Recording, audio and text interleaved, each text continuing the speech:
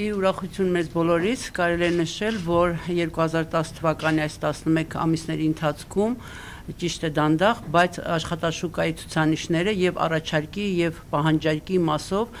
դինամիկ փոփոխության են ենթարկվել դրական առումով, դա վերաբերվում է ինչպես պահանջարկին, այսինքն ավելացել են թափուր աշխատատեղերը եւ 11 ամիսների դրությամբ մենք ունեցել ենք հայտնաբերած մեր կողմից շուրջ 8000 թափուր աշխատատեղ, ընդ որում սրանից հանված են կրկնվող աշխատատեղերը, որը նախորդ տարվա ամբողջ ժամանակաշրջանի բավականին բարձր է, նախորդ տարի ունեինք 6600 թափուր աշխատատեղեր եւ բնականաբար համապատասխանաբար բավականին բարձր է եղել աշխատանքի տեղավորման ցուցանիշը, արդեն աշխատանքի են տեղավորվել 10500 անձ եւ նաեւ իհարկե աշխատանքները շարունակվում են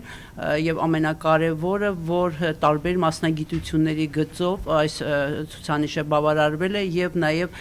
բավականին լուրջ ցուցանիշներ են արձանագրվել նաեւ հանրապետության մարզերում։ Նախորդ տարվա նույն ժամանակաշրջանի եւ հունվարի 1-ի նկատմամբ աշխատանք փնտրողների թիվը նվազել է եւ այժմ կազմում է 95500 անձ,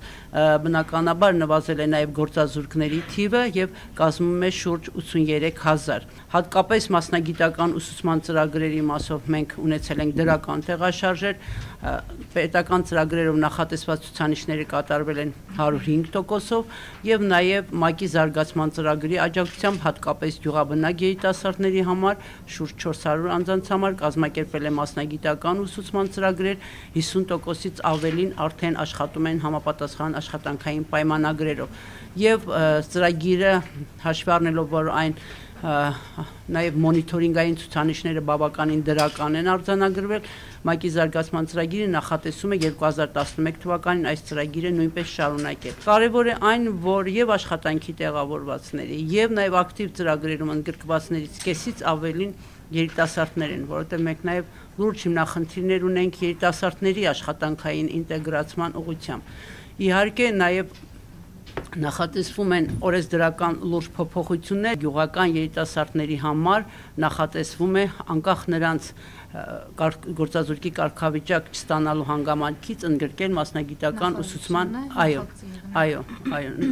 նախարարությունը որպես լիազոր պետական մարմին քաղաքականության մշակման ուղղությամբ եւ մենք էլ ներկայացրել ենք բնականաբար մեր առաջարկությունը։